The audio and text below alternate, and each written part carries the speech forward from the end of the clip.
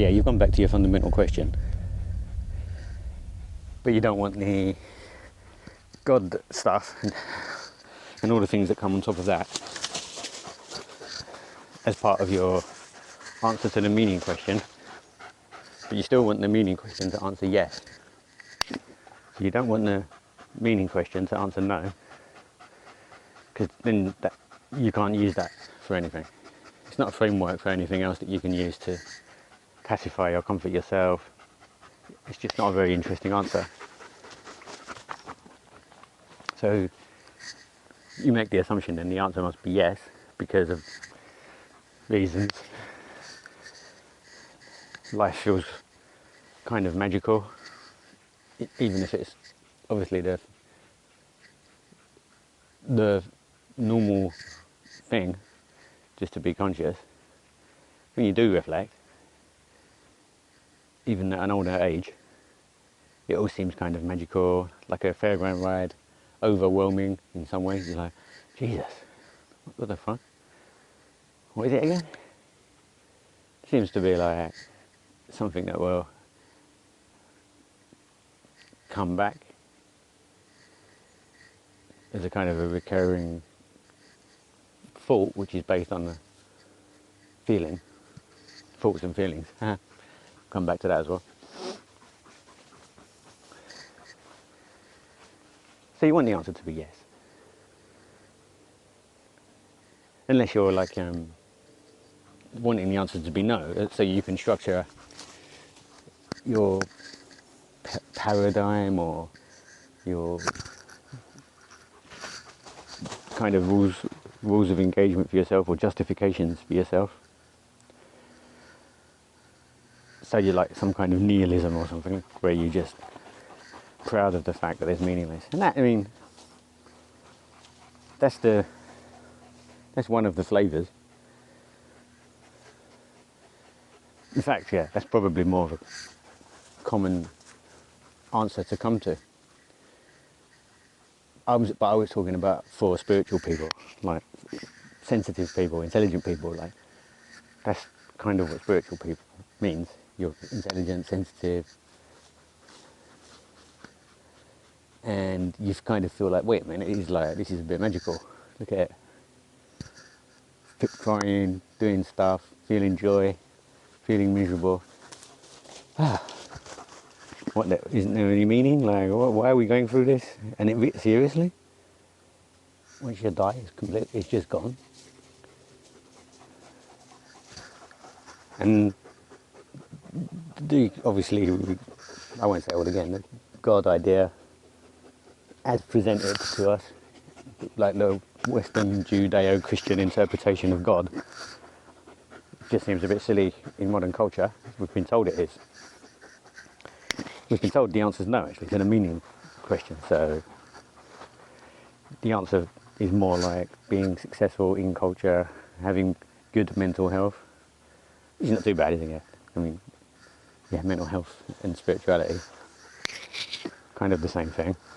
But yeah, that mental health thing is like a quick look at spirituality as a way to kind of justify the culture. Like, are you depressed? Oh well, at least put time into your relationships, or some kind of quick practical advice just to make you feel a bit better about yourself. But from a deeper spiritual perspective, you haven't got there yet. Maybe the ultimate answers are to give the same kind of quick feedbacks that like a mental health quick diagnosis can give you. But the fundamental angst still remains there as a philosophical question, even if you somehow use some good mental health techniques to feel a bit better, like meditation at the basic level that like the UK NHS would teach you to do it, finding a quiet space and trying to dissolve your thoughts, taking deep breaths, that kind of stuff. But as I said, the anxiety is a intellectual anxiety or philosophical anxiety. The yeah, they're like the WTF of the deepest recess of your thinking. Making it sound dark, but that's just for comedy effect.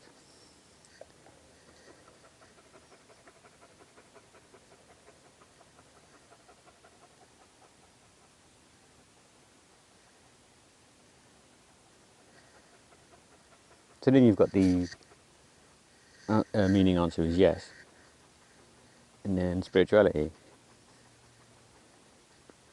kind of Eastern spirituality is what I'm talking about, is your next gen answer. Yeah, they're saying yes, there's a meaning, and that meaning is enlightenment. And it's not directly just saying that straight away, but that's kind of the underlying idea. It's recognizing the angst and saying, yeah, that's a thing, that's a normal thing.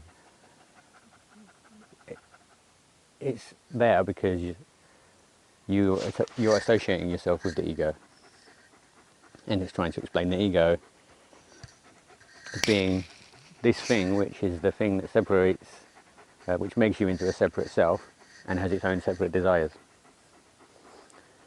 So it's dividing up your conscious awareness that you just got naturally. As I'm looking out now, I'm looking at things and thinking, and there's thoughts going on and stuff happening. It's saying that is it in two bits. It's not just that, looking out and looking at everything. There's an ego to that, and an awareness part. And the awareness part is your true self, like the inner, not the inner self, but the inner consciousness. And everything you think that you are, up till this point, isn't you. That's just the ego. And the consciousness is the thing behind. And that's the thing that you really are. And if you can become one with that, the angst goes away because you become enlightened. And then you can kind of live on through that. But it's really hard. Like, it's really hard to do it, apparently. Hardly anyone does it. Like, I don't know, 50 people, most of them from India or China or Japan, have done it. And then they're able to tell others, like, oh, I can't explain it. I can point, you know, I can point at the thing, but I can't show you it or say anything about it, really. But I'm going to say a lot of stuff about it, though. Not me, but that's what they're saying. Like, I'm not going to, you can't really say anything about it because it's like next level consciousness. Different language, kind of. You can't use words. Just use words to hint at the idea. And that's your kind of package. That's your, yeah, there's a meaning. The meaning is to kind of get enlightened. And of course, there's different strengths of that idea. So, like, it's saying, like, if you want to be a truly spiritual being, you've got to become a monk, really, and just become enlightened. How do you become enlightened? Meditating and spiritual practices, yoga, becoming a vegetarian. Meditating. Mainly meditating, I think, is your thing, your go-to thing, and then you've got techniques about how to find that space between the thoughts and just let the thoughts be, and then they can go away. If you can experience that space between the thoughts, then you're getting closer and closer. And once that's your, like, space between the thoughts is your permanent state, then you're done. Because you can't be unhappy in those spaces, because unhappiness is a thought. That all sounds like a doable plan. And so that forms like that underbelly of general spirituality. But as I mentioned, it's so hard to actually get it, and even if anyone does get it, there's all these complications about the fact that you can't explain it, and then there's also ideas that like, oh, those that do get enlightened would kind of just become like recluses anyway, and yet they wouldn't even bother trying to explain it. But you could obviously start being spiritual, and then this spiritual ego comes along. I'm spiritual now. Just the feeling that you're being spiritual makes you feel good, because you can feel like, yeah, I've put that meaning into my life. I'm being good now. You know, I'm meditating for an hour every day. I'm like valuing my friendships more. And what else would you do? Yeah, be a vegan. Feel good about yourself. Tell people that you're like doing better. And you are in a way. You're doing better because you feel better, and you can't really say anything against that. But it's probably going to be a bit of a temporary thing, because you're obviously not enlightened. You're just feeling better because you're doing things more aligned with what you would assume to be your proper way of doing it, because you've said you've accepted the yes to the meaning question and the yes to the enlightenment question. You've accepted that, so you have to feel good about all the things that you're doing to achieve that. Because if you started feeling not good about them, you'd be like, is it really true? Like, am I just wasting my time here? Like, am I even going to get enlightened? But then you might be able to convince yourself, obviously, like, well, actually, yeah, I'm doing the best that I can, and like, I'm not going to get enlightened, but like, who does? So I'll just like get as enlightened as I can. I'll just get like 10% enlightened, and I'm feeling better anyway. That's okay. Then you might have friends who are spiritual, and it's all making sense from that perspective. It's improved your life a bit. Probably you're like talking nicer to people and stuff like that, so you've got like connections with people. But maybe you don't really fundamentally even care about people that much. Like, relationships have always been a little bit like of a thing where you just, like, yeah, you're talking to people, but you don't get like overly bothered by other people's opinions or being in the presence of them, or you don't really feel like wowed by people generally. So once the original spiritual idea or the social aspect of it goes away, you're left with just the kind of the question still in your own head about the enlightenment thing. Is that really a thing? Like, or is it just because I said yes, there is a meaning, and yes, there is enlightenment? Because it's a logical sequence. So is there anything else to enlightenment? What, or spirituality? Is there another level on top of that?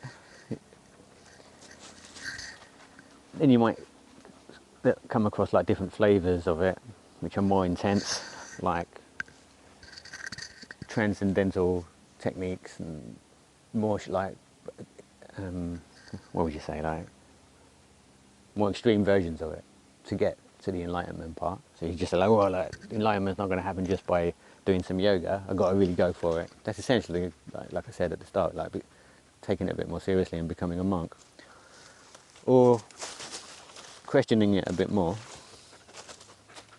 and thinking about some of the other teachings that come along with that. What are they saying? The stuff what was they saying, for example, before they started talking too much about enlightenment? And there's the non-duality thing comes along.